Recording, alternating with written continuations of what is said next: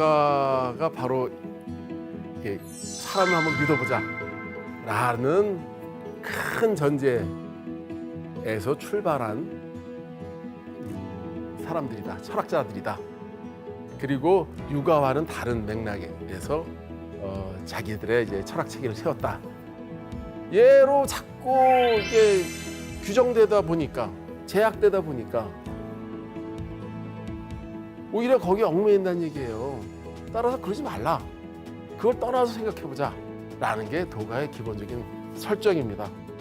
그래서 규정되지 않을수록 우린 자유로워진다 라는 거를 얘기합니다.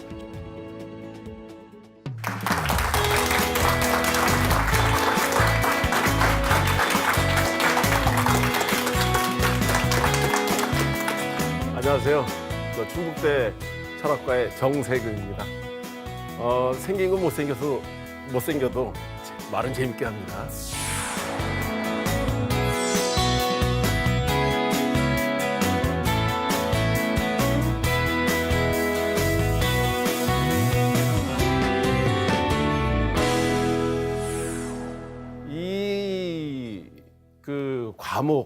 과목은 아니지만 이 시리즈는 제목이 도심과 인심으로 되어 있습니다.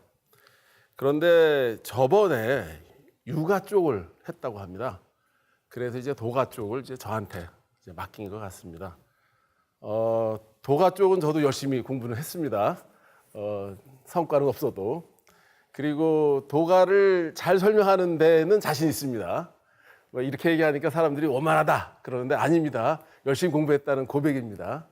만약에 제가 얘기를 해서 재미가 없으시다면 그거는 아마도 제가 이해를 못한 것일 것입니다. 그러니까 여유를 갖고 어쨌든 봐주시기 바랍니다. 일단 제 1강으로는 도가의 인성론을 한번 이렇게 맛을 보여드리겠습니다. 그리고 이어서 제 2강의 노자를 설명해드리고 제 3강의 장자 이렇게 짤막하게 3번 하는 걸로 좀 계획을 잡고 있습니다. 물론 이제 1시간 내에 얼마나 많은 것을 할 수 있겠느냐 싶지만 그래도 저는 짧게 해드릴 수 있습니다. 한번 즐겨보시기 바랍니다. 제목이 도가 전반적인 이야기입니다.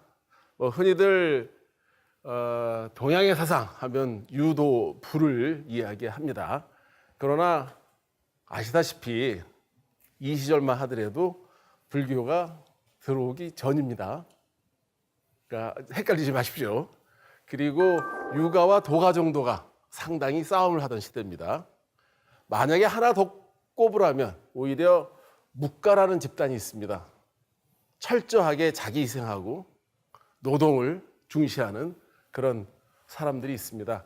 근데 이제 묵가들은 이제 중간에 한데 갑자기 사라져 버립니다. 그 원인도 불명합니다만 어쨌든 재밌어요. 같이 집단적으로 이렇게 일도 하고 전쟁 막으러 다니고 그렇게 열심히 하던 사람들이 갑자기 사라져 버리고 그 이후에 오히려 이제 불교가 들어옴으로써 보통 우리들이 얘기하는 유도불 이런 3파의 대결이 됩니다. 제가 소개시켜 드릴 것은 도가 쪽입니다. 재밌습니다. 왜 재밌느냐? 도가는 이제 기본적으로 공부하지 말자는 거예요. 예. 그래서 딱딱하게 생각하시면 안 됩니다. 육아 듣듯이 이렇게 딱딱하게 이러시면 안 됩니다. 하나 말씀드릴게요. 제가 오늘 아침에 뭐 했냐면 자동차 그 범퍼가 빵꾸가 나서 그거 떼었습니다. 범퍼 빵꾸 난 거 뭐 어떠냐 싶은데 사람들이 다들 보기 싫다고 하더라고요. 그래서 맡겨서 이 돈 주고 고치려니까 돈이 너무 많이 들어요. 그래서 저 용품점 갔더니 이렇게 튜브 같은 게 있더라고요. 튜브 같은 걸 이렇게 바르니까 떼어지더라고요, 이게. 떼우고 그다음 스프레이 발라서 이게 떼었습니다. 나는 어쩌냐 싶은데, 괜찮다 싶은데 사람들은 그게 보기 싫은 모양입니다. 허우대가 멀쩡하고 잘 차려있고 그 입장이 육아의 입장이라면 아니요. 좀 대강 있고 좀 약간 이렇게 허틀어진 모습으로 사람을 대할 수 있는 것이 오히려 도가입니다. 그래서 그 얘기를 꺼냅니다. 사실 이 넥타이 문화는 상당히 육아적이라고 생각하시면 됩니다. 제가 말은 도가를 하면서 육아식으로 서 있습니다. 예, 우선 우리 제목에 맞게 인성이란 무엇인가를 말씀드리겠습니다. 제가 가장 궁금한 게 그거예요. 인성이란 무엇이냐? 저도 잘 모르겠어요. 특히 가장 모르겠는 게 인성교육 어떻게 합니까? 저도 인성이 안 됐는데 남을 어떻게 가르친다고? 야, 가르친다고 그러는 게 좀 말이 안 됩니다. 그래서 늘 고민하는 중입니다. 특히 최근 들어서 인성법도 통과된 거 아시죠? 국가에서 이제 국민의 인성까지도 도와주겠답니다. 그런데 저는 늘 궁금한 게 과연 어떻게 해야지 인성교육을 시키느냐 늘 고민이 많았습니다. 그러다가 제가 청주 여자 교도소도 나가고 뭐 남자 교도소 나갑니다. 그러다가 어떤 교도관한테 이야기를 듣고 제가 아주 깨달음이 컸습니다. 그분이 그러더라고요. 선생님 같은 분이 오셔가지고 인성교육 해주니까 너무 고맙다. 그래서 제가 오히려 반문을 했습니다. 근데 인성이 뭡니까? 잘 모르겠던데요. 그랬더니 이분 대답이 뭐냐? 놀라웠습니다. 나와 다르게 남이 생각하는 걸 아는 게 인성교육 아니겠습니까? 라고 대답을 하더라고요. 그러면서 많은 범죄자들이 범죄를 저지르는 이유가 나랑 똑같이 생각하라 는 버릇 때문에 범죄를 저지른다는 거예요.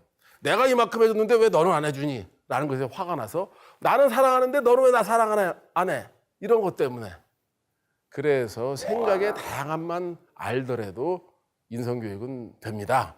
라고 그분이 대답을 하시더라고요. 덕분에 제가 일단 한 꼭지는 들었습니다. 그래서 그 이야기를 써가지고 그 교도관 잡지에 또 실은 적이 있습니다. 청주교도소 좋은 데입니다. 여기 상생방송 대전이고 이제 청주입니다. 가까워요. 자주 왔다 갔다 할 수 있습니다. 특히 청주교도소는 저는 정말 자부심을 갖고 있습니다. 왜냐하면 대통령의 별장이기 때문에. 저도 대통령 되기 위해서 빨리 갔다 와야 되는데 아직 못 가고 있습니다. 그리고 저는 예전에 김대중 대통령이 머물렀던 청주교도소 독방 사진을 사실 제 연구실에 붙여놓고 있어요. 그게 한 20년 됐는데 20년은 안 됐어도 한 몇 년 됐습니다. 사실 공부하는 방이라는 게 이게 깜빵 같은 거거든요. 스스로가 이제 감옥에 산다고 생각을 하고 있습니다. 자, 청주 여자교도소 또 있습니다. 여자교도소로는 유일합니다. 그런데 이게 웬일입니까? 아주 시설 좋아요. 여성분들 걱정하지 마세요. 예, 남자들은 좀 그래요. 근데 여자교도소는 정말 따뜻하고 깨끗하고 좋습니다.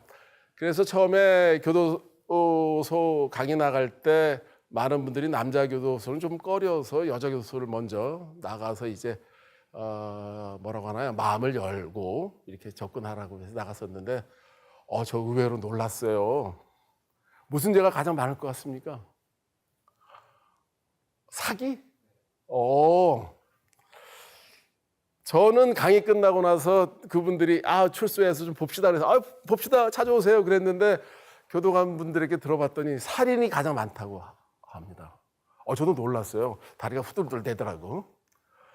그리고 나서 제가 통계 자료도 봤어요. 그랬더니 역시 살인이 많더라고요. 근데 살인이라고 해서 오래 사시는 분들 아니에요. 대부분 초본이고 우발적이기 때문에 거의 7년 밑으로 나옵니다. 근데 누가 잘못했겠어요? 대부분 남편이 잘못한 겁니다. 예, 육아들 상당히 가부장적이죠. 여자가 억압돼 있어요. 그런데 그런 식의 문화 속에서 남편이 좀 뭐 폭행을 한다든가 어렵게 하고 특히 또 자식을 함부로 한다든가 이럴 때 여성들은 이제 격분해서 진짜 좀 이제 불의의 일을 저지르게 되는 것이죠. 보세요. 사실 남자나 여자나 마찬가지로 일단 여자 교도소의 그 수인들은 남성적 문화, 좀 나쁘게 얘기해서 죄송합니다만 육아적 문화 때문에 어쩔 수 없이 영어에 모험이 되는 경우도 있고, 그리고 남자는 어떻습니까? 야, 생각은 이거가 옳아, 이거 이대로 해야 돼 라는 데 익숙해진 분들이 그게 어느 방향이더라도 딴 생각은 안 돼. 라는 생각 때문에 또 이렇게 영어의 모임이 되신 분들이 있습니다. 그런 점에서 저는 그 교도관, 박교도관 님이셨어요. 그분이 생각하는 남과 다르게 생각하기가 정말 인성교육의 첫째가 아닐까 하는 생각이 듭니다. 저요, 이거 제가 즐겨 쓰는 말인데 프랑스 현대 철학자도 썼더라고요. 차이가 철학을 만든다고. 예, 다르게 생각하는 게 철학을 만듭니다. 제가 이렇게 얘기해놓고 저한테 너무 빠져서 저쪽만 생각하지 마십시오. 그럼 제가 원하는 바아집니다. 예, 또 하나 비교해보세요. 결국은 회길이 폭력을 부르는 겁니다. 야, 이대로 생각해. 아니면 집에 가. 아니면 너 잘라버릴 거야. 야, 이거 무섭습니다. 그러나 적어도 도가의 사고방식은 저런 회의성을 부정하고 개방성을 누구보다도 강조합니다. 좀 어려운 얘기 같지만 정의되는 것도 안 됩니다. 이것은 이것이라고 정의 내려도 안 되는 거예요. 되도록이면 열어놓자. 말에 매달리지 말자. 이런 것들입니다. 제가 어저께 무슨 신문 칼럼 하나 썼는데 제목이 가운데에 놓고 말하기였습니다. 무슨 얘기냐? 사람이 말을 하면 늘 자기식대로 해석해요. 이를테면 그 주제가 뭐냐면 밥 먹자고 했어요. 어떤 양반이 나한테 만나서 언제 밥 먹어? 근데 이 사람이 전화가 안 오거든요. 제가 화가 나는 거야 이제. 그래서 전화해서 왜 밥 안 먹어? 자, 생각이 다릅니다. 저한테 밥 먹자고 한 사람은 좋은 의미에서 우리는 밥 먹을 정도로 친한 사이야를 확인하는 과정이었어요. 근데 저는 야, 밥 먹자고 밥 안 먹는 이 약속 못 지키는 놈아, 뭐 이렇게 생각하면 이거 싸움 나죠. 예, 그래서 말은 늘 그 사람이 뜻하는 바가 뭔지 중간에 좀 놓고 생각해야 돼요. 저기 여성분, 남성분들 잘 생각하세요. 남성분들이 사랑해 할 때 그게 중간에 이쪽에 와 있는 건지 이쪽에 와 있는 건지 고민하고 생각해야 됩니다. 나를 믿어줘가 어디 쪽에 있는가 회의하십시오. 예, 늘 그렇듯이 말은 사실상 정해져 있지 않아요. 가운데쯤 있습니다. 그래야지 싸움이 안 납니다. 좋은 예로 들어보겠습니다.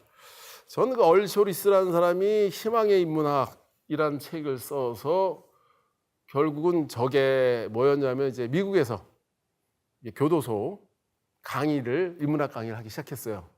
그러면서 이 사람들이 그렇게 좋아진다는 거예요. 특히 뭐 재소자도 그렇고 출소자도 그렇고 결국 그것 때문에 이 클레멘트 코스를 만들어 가지고 그만큼 범죄율도 낮추고 하다못해 대학에서 정식적으로 받아주기까지 합니다. 이런 코스가 벌어졌어요. 저 별거 아닙니다. 뭐 플라톤이 읽고 섹스피어 읽고 여러 가지 고전도 읽는 거예요. 그런데 그것의 가장 큰 그러니까 효과가 뭐였냐?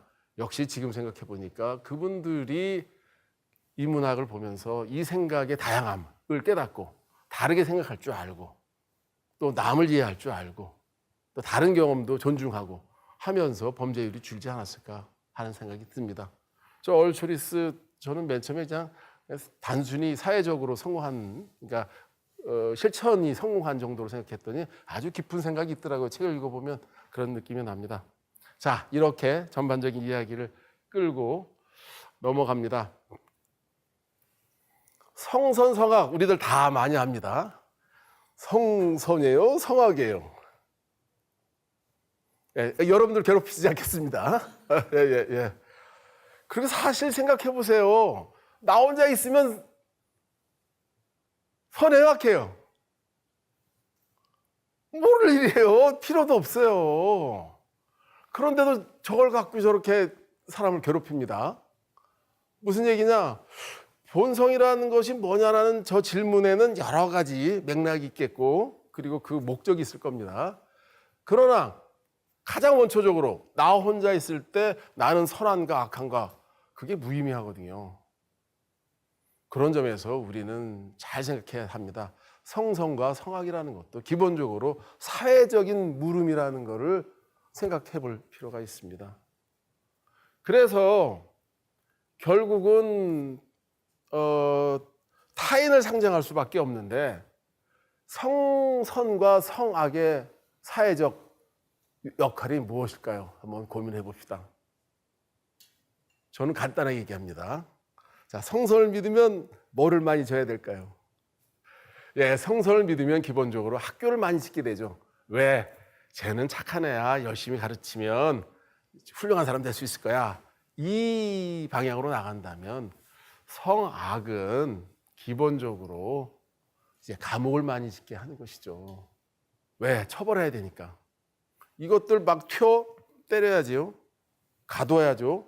이게 성악의 기본 개념이라면 성선은 아니요, 이거는 좀 사회가 안 좋거나 환경이 안 좋거나 좀 부모를 잘못 만났거나 아니면 뭐 나쁜 애에 꾀임을 당했거나 등등 해서 문제가 생긴 걸 거야. 따라서 본래는 착해. 그러니까 잘 교육시키고 잘 다듬어주고 잘 북돋아주면 좋을 거야 라고 얘기하는 것이 바로 성선의 이론입니다. 따라서 저는 학생들에게도 성선과 성악 그게 뭐가 옳다 그르다 얘기하기보다는 오히려 그것의 사회적 효과, 결과, 목적을 생각해 보라고 얘기를 합니다.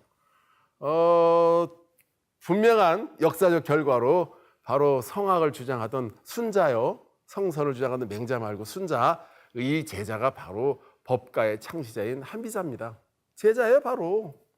그러니까 법가들이 법으로 이 사람을 통제하자고 한 그 주장을 이끌어내기 위해서는 기본적으로 성악의 이론을 받아들일 수밖에 없는 거예요. 순자의 제자가 한비자입니다. 육아에서 법가가 나오는 거예요. 그래서 제가 오히려 아까 맨 처음에 말씀드린 것처럼 육아, 도가, 법가를 불교가 들어오기 전에 산파로 보는 경우인데 저는 과감하게 법가 뺍니다. 좀 이제 완전히 육아와 법과는 다르지만 그래도 적어도 이제 쉽게 이해될 수 있는 맥락이라는 얘기죠. 묵자처럼 절대 희생, 타자를 위한 자기 희생이라는 아주 독특한 세계관을 갖고 있지는 않다는 점에서 그렇게 얘기를 합니다. 학교 많이 짓고 싶으세요? 감옥 많이 짓고 싶으세요? 학교요? 감옥은 어때서? 예. 사실 우리나라에서 감옥을 감옥이라고 안 부르고 교도소라는 이름을 쓰죠. 이것도 상당히 좀 성선의 의미가 좀 강합니다. 이게 교도해서 이끌어낸다, 가르쳐서 이끌어낸다는 뜻 아닙니까? 뭐 미국에서나 그 외국에서 아직도 그냥 감옥 이렇게 씁니다. 프리즌 거기에 무슨 너를 이끌어줘서 이렇게 착하게 만들게라는 식의 이념이 없죠. 그 점에서 우리나라 교도 행정은 상당히 선진적입니다. 예. 정말입니다. 아주 선진적입니다. 예. 자, 그렇다면 일단 그 인간의 본성을 이제 벗어나서 이제 우리는 또 문명이라는 것을 만나게 됩니다. 무슨 얘기냐면 우리가 여기까지 왔어요. 좋든 싫든. 이 방송국 뭐 요즘 핸드폰 다 쓰고 텔레비전 미디어 이런 거 다 현대적이죠. 이것도 현대적입니다. 이게 멀리서 옛날에는 이게 환등기 갖고 하지 않았습니까? 근데 지금은 이제 이러고 있어요. 탁 누르기만 해도 돼요. 저도 사실은 이렇게 아주 얼리 어댑터가 아니에요. 상당히 거부하는 입장입니다. 정말 거부하는 입장이에요. 핸드폰도 안 갖고 다녀가지고 제가 하도 사람들한테 욕먹어가지고 결국 갖고 다니게 된 경우고. 그런데 제가 정말로 누구보다도 얼리 어댑터였던 게 뭐냐면 이메일이었어요. 야, 이메일은 이건 새로운 기술이더라고. 잘 생각해 보세요. 저는 팩스를 뛰어넘어서 이메일로 직접 갔어요. 필요 없더라고, 그거 팩스가. 그때 저도 기억납니다. 아주 큰 신문 기자였어요. 그 큰 신문 기자인데도 이메일이 없더라고. 그래서 내가 사진 보내달라고 해서 내가 이메일로 보내줄게 했더니 자기 이메일 못 쓴대. 그래서 결국 퀵 서비스가 와가지고 저 가져가더라고. 그 당시 이 디스켓에다 저장해가지고 그거 줬어요. 이렇게 사진을. 그 정도는 돼서. 보십시오. 정말 큰 진보라면 전 받아들이겠다는 거예요. 그러나 좀 간당간당하는 진보는 좀 천천히 하자라는 생각이 저한테는 강하게 있습니다. 제가 이거 휴대폰이 아니죠. 스마트폰 보고도 스스로 생각했어요. 야, 이게 정말 확실한 진보인가 스스로 고민해봤어요. 근데 이게 작아진 노트북에 불과하다는 생각을 처음에 했어요. 그 점에서 저는 거부했죠. 뭐 작아진 노트북 그거 차에 싣고 다니면 되는데 정도로. 그런데 제가 생각 못했던 점이 뭐였냐? 빅데이터죠. 이 수많은 사람들이 쓰면서 데이터가 모이고 해석되고 판단된다는 것은 또 새로운 형식의 또 변화였더라고요. 그 점에서 저는 이 스마트폰의 의미는 그렇게 봅니다. 자, 우리가 지금 얘기하는 게 문명입니다. 그리고 어쩔 수 없이 이렇게 문명 속에 살아요.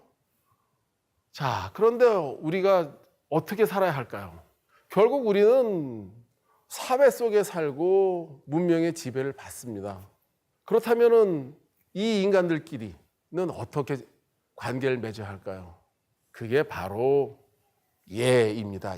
예절할 때 예. 유가들은 그걸 예라고 불렀어요.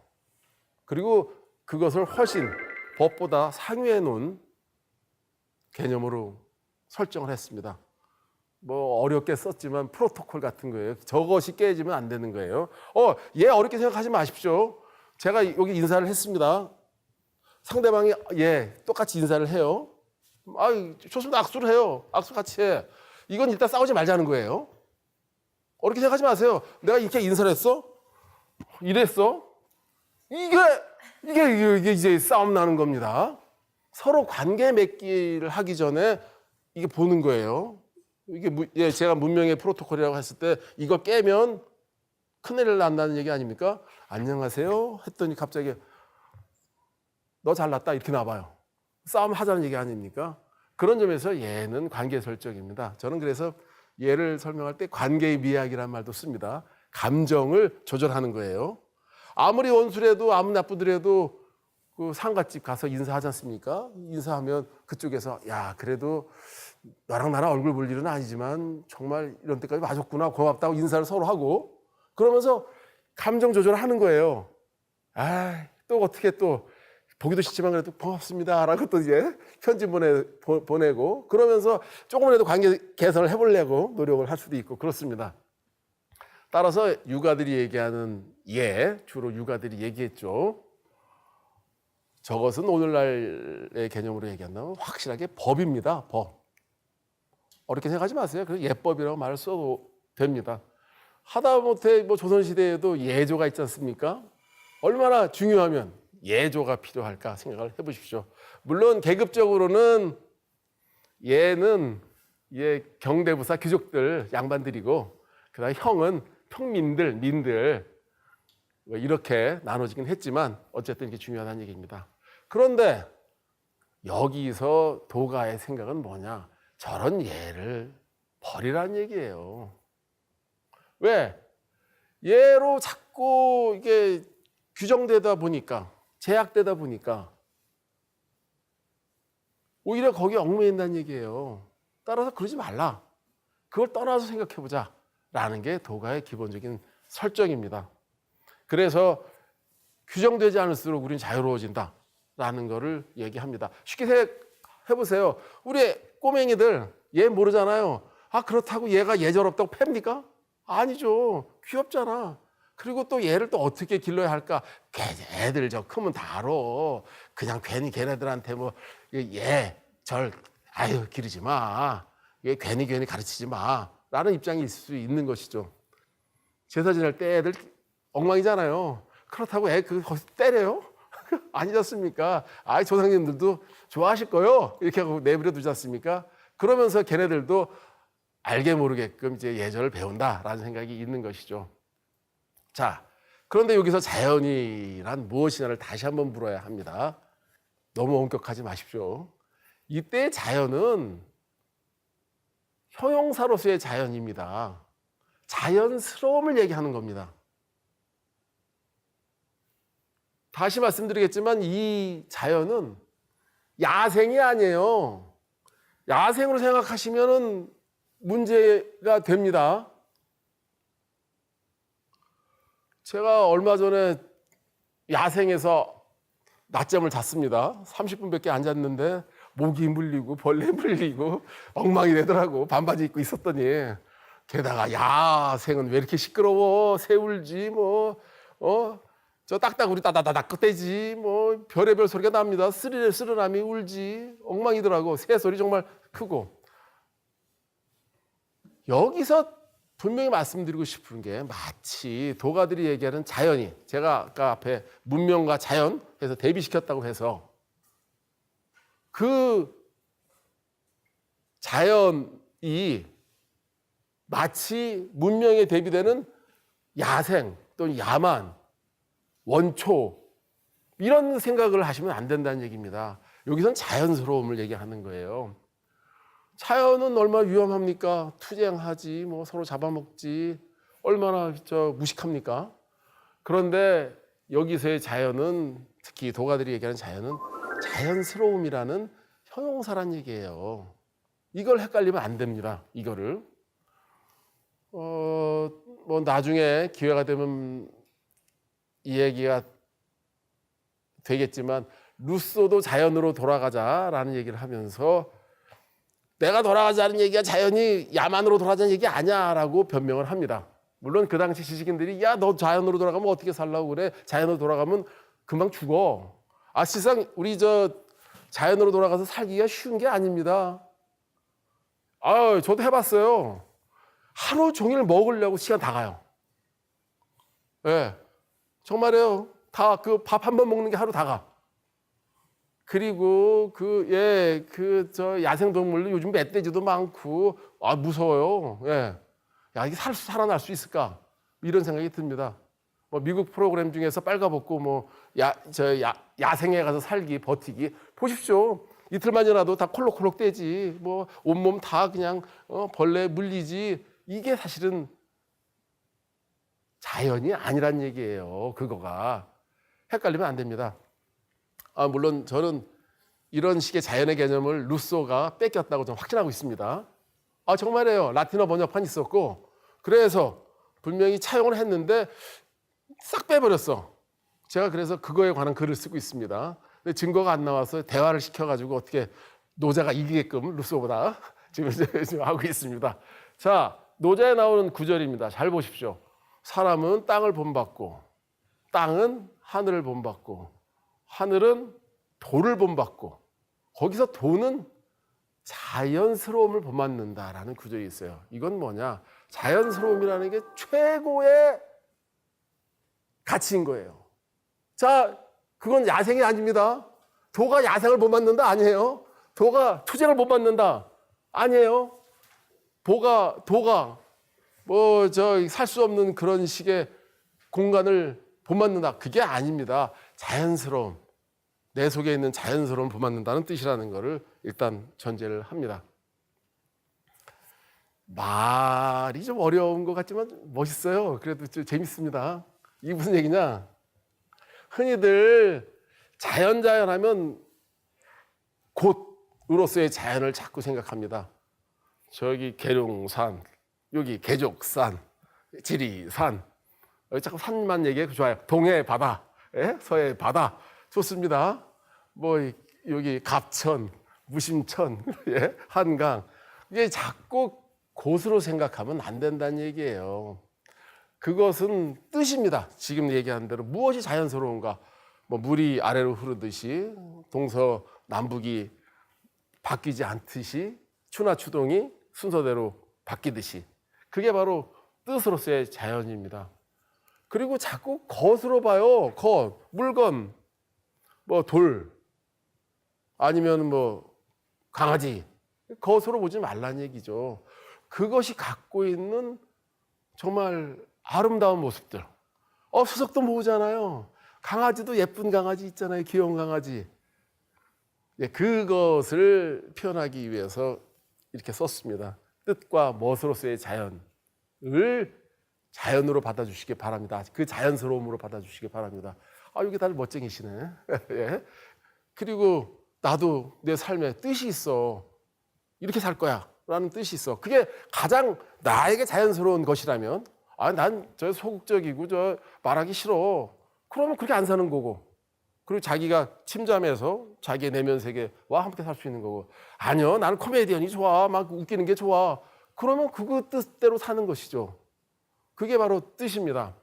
그래서 자연의 의미는 자연이라는 것은 뭐 한자로 표현한다면 사실로서의 자연이 아니고 의미로서의 자연이라는 걸 확실하게 전해드리고 싶습니다. 저 차이는 이제 저 위의 말로 이해가 갈 겁니다. 따라서 우리가 얘기하는 자연스러움에는 뜻이 있고 멋이 있는 겁니다. 그래서 도가들이 말하는 자연은 바로 장소나 물건, 장소는 곳이죠.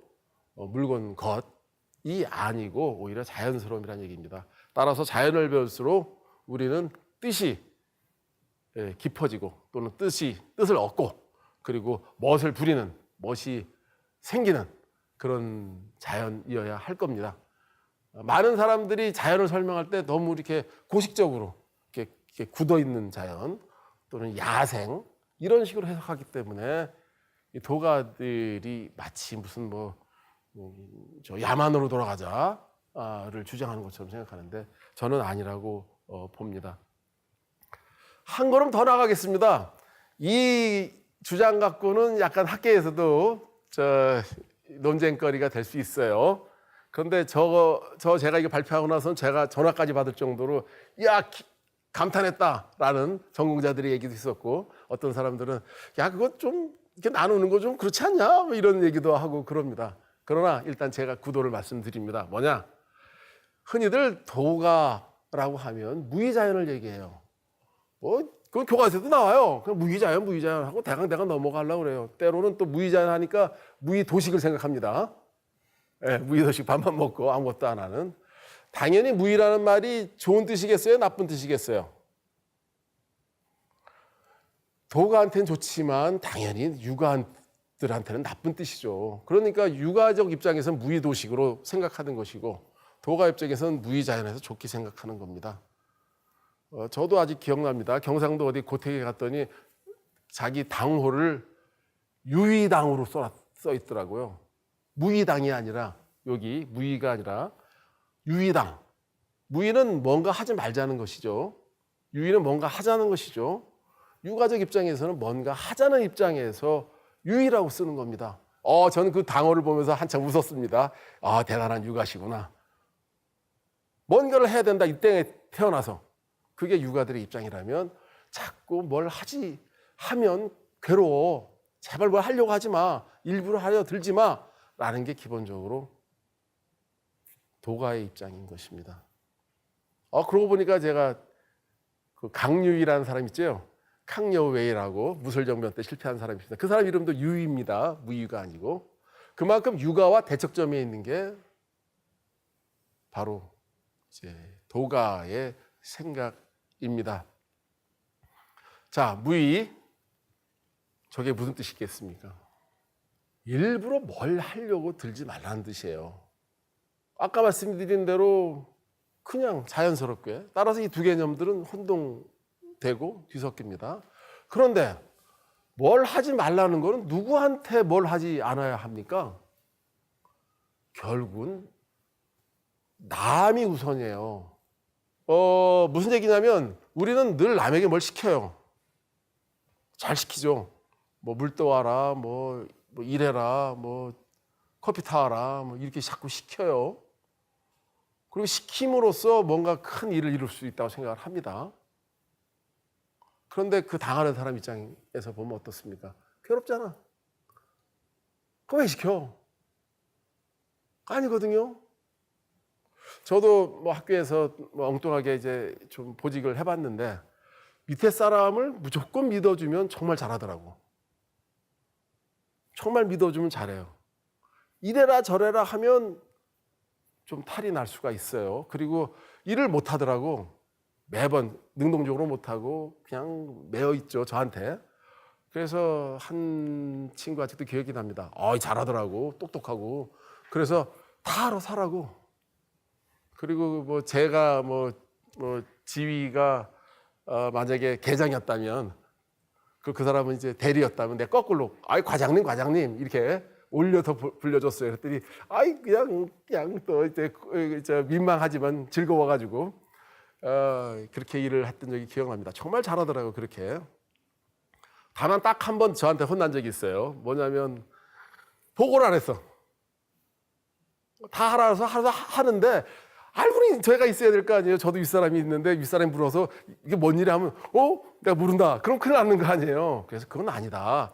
마음대로 하되 나한테 얘기는 해달라라고 해서 정말 즐겁게 그 일을 한 적이 있습니다. 그러니까 무의를 통해서 정말 저는 즐겁게 한 시간을 보냈습니다. 서로 참 편했어요. 즐겁고. 야, 그렇게 정말 저도 편했어요. 야, 그 무의가 정말 이렇게 좋은 건지 처음 알았습니다. 그러니까 여러분들도 혹시 직장에서 아랫사람이 정말 저를 위해서 일하게 하려면, 자기를 위해서 일하게 하려면 그냥 내버려 두는 무의를 한번 실천해 보십시오. 어느 순간 내가 얼마큼 편해져 있는가 느끼게 될 겁니다.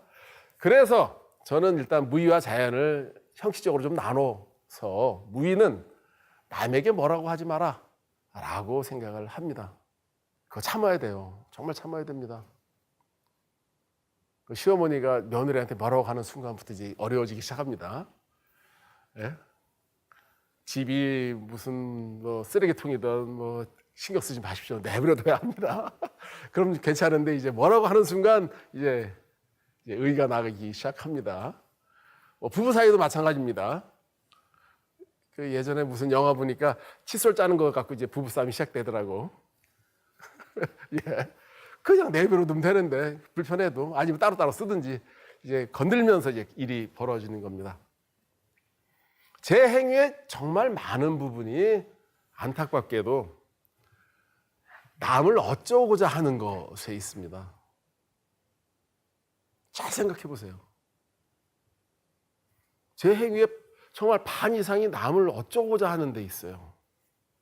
그래서 자기가 편해지든지 뭐 그래서 큰일을 이루든지 이렇게 남을 어쩌고자 하는 거예요. 그거는 아니 된다라는 게 바로 이게 무의의 기본적인 생각입니다. 또 하나 자연은 요즘식으로 바꾸겠습니다. 뭐냐? 나를 속이지 말라는 거예요.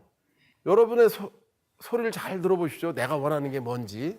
사실 그 의학의 기본이 그겁니다. 자기를 읽는 거예요. 내가 필요한 게 뭔지, 내가 삼겹살을 필요하는지, 내가 상추를 필요하는지, 내가 콩을 필요하는지 자기 몸의 소리를 잘 읽는 것, 그게 건강의 지름길입니다. 근데 그거를 읽지 않고 다르게 생각하고 엉뚱하게 생각할 때 건강이 상하는 것이죠. 결국 나를 속이지 않게 듣고 읽고 나를 듣고 읽고 그러면서 자기를 쌓아나가야 한다는 얘기입니다. 자기를 만들어 나가야 한다는 것입니다. 그래서 남에게 흔들리지 않고 나를 보라고 써있습니다. 자, 무의와 마찬가지로 나 또한 대부분 다 남에게 흔들리고 있어요. 정말 남을 의식하지 않고 자기 산다는 게 쉽지가 않아요. 어차피 아까도 말씀드린 것처럼 우리 문명사회에 살고 그 일이 그 네트워크 속에서 우리가 정해져 있기 때문에 거기서 벗어난다는 건 쉽지가 않지만 그래도 내가 정말 원하는 게 뭔지는 늘 생각해야 합니다. 그런 점에서 자연하면 정말 내가 원하는 게 뭔지 나를 속이지 않는 게 뭔지 생각해 보시기 바랍니다. 그리고 그러면서 갑자기 또 야 너는 왜 너 속여 이러지 마세요. 그것도 시키는 거야. 그러면서 자기식으로 또 얘기하는 거야. 우리 저번에 나왔죠? 인성교육 안 된 겁니다.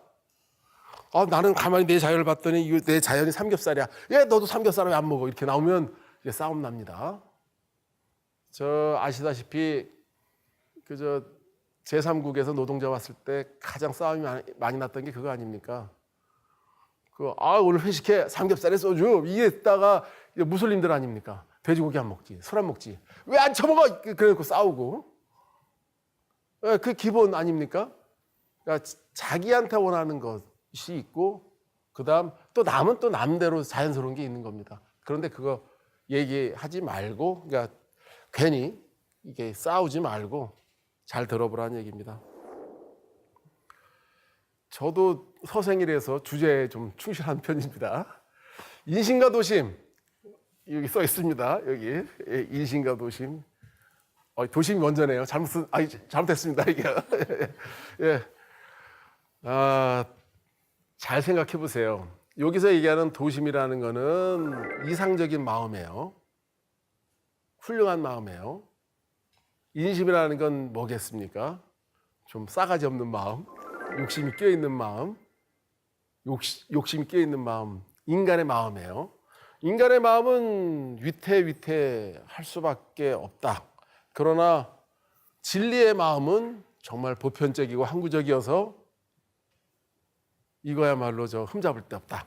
라는 이분법적 구도가 여기에 딱 있어요. 일단 인심도심의 언어 속에.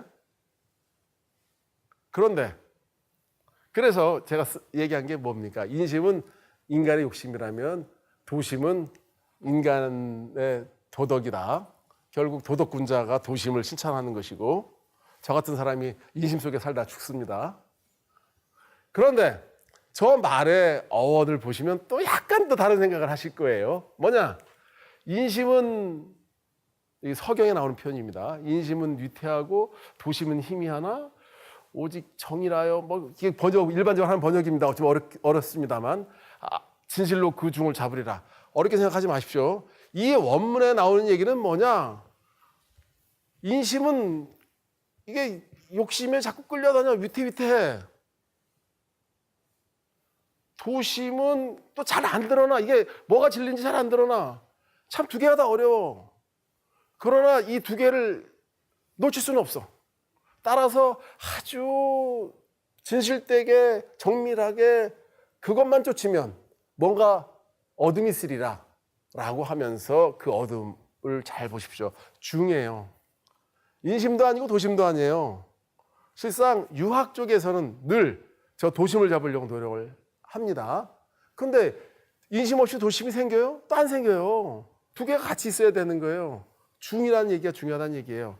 그래서 기본적으로는 위태한 인심에서 의연한 도심으로 나가자는 뜻이지만, 그리고 주자학, 성리학의 기본 명제가 이겁니다. 인심을 없애고, 좀 세죠.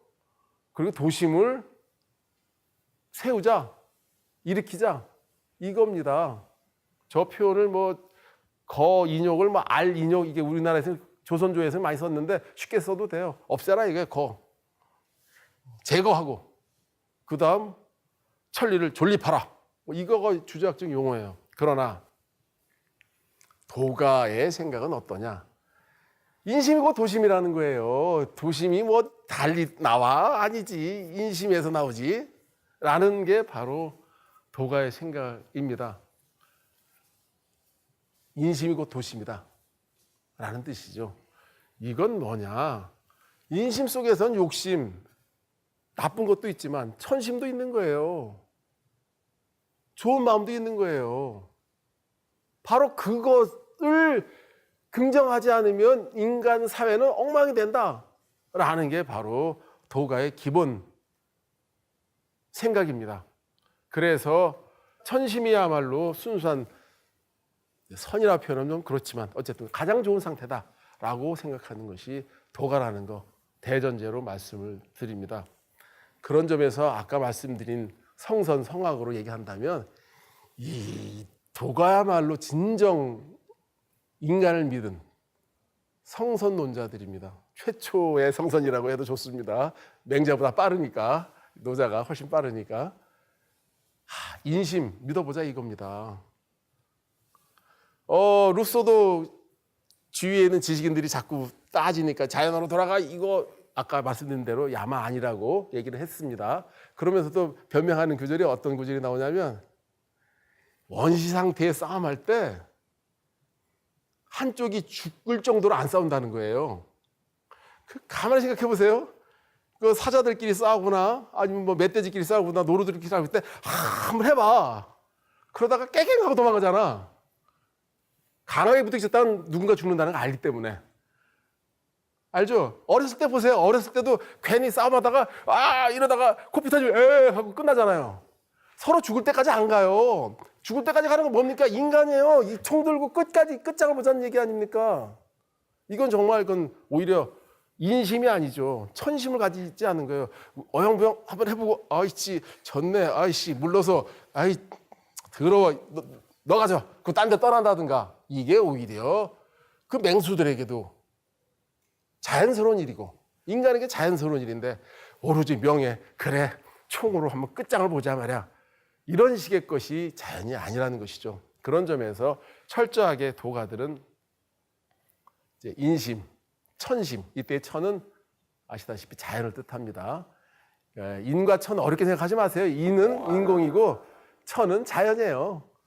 인공을 떠나서 천심, 거기서 인공은 뭐겠습니까? 명예심이라든가 이런 것 때문에 죽음을 불사한다 이거예요. 애들 보세요. 코피 터지면 끝이잖아. 그냥 확 박아가지고. 이렇게 쉽게 생각하라는 얘기예요. 사자들 보세요. 끝장을 보고 싸우냐고. 아니잖아요. 그냥 해보고 한 대 맞고 이게 꽤 센데? 왜 관두자 이렇게 누군가 꼬리 내리고 도망가지 않습니까? 그러니까 서로가 서로를 지킬 줄 안다는 얘기입니다. 저는 그런 점에서 도가가 바로 이게 사람을 한번 믿어보자 라는 큰 전제에서 출발한 사람들이다. 철학자들이다. 그리고 육아와는 다른 맥락에서 자기들의 이제 철학 체계를 세웠다고 생각을 합니다. 믿어보자 인간성. 믿어본다는데 너무 인색하지 마십시오. 사람 한번 믿어봅시다. 아까 얘기한 것처럼 부하 직원 한번 믿어보세요.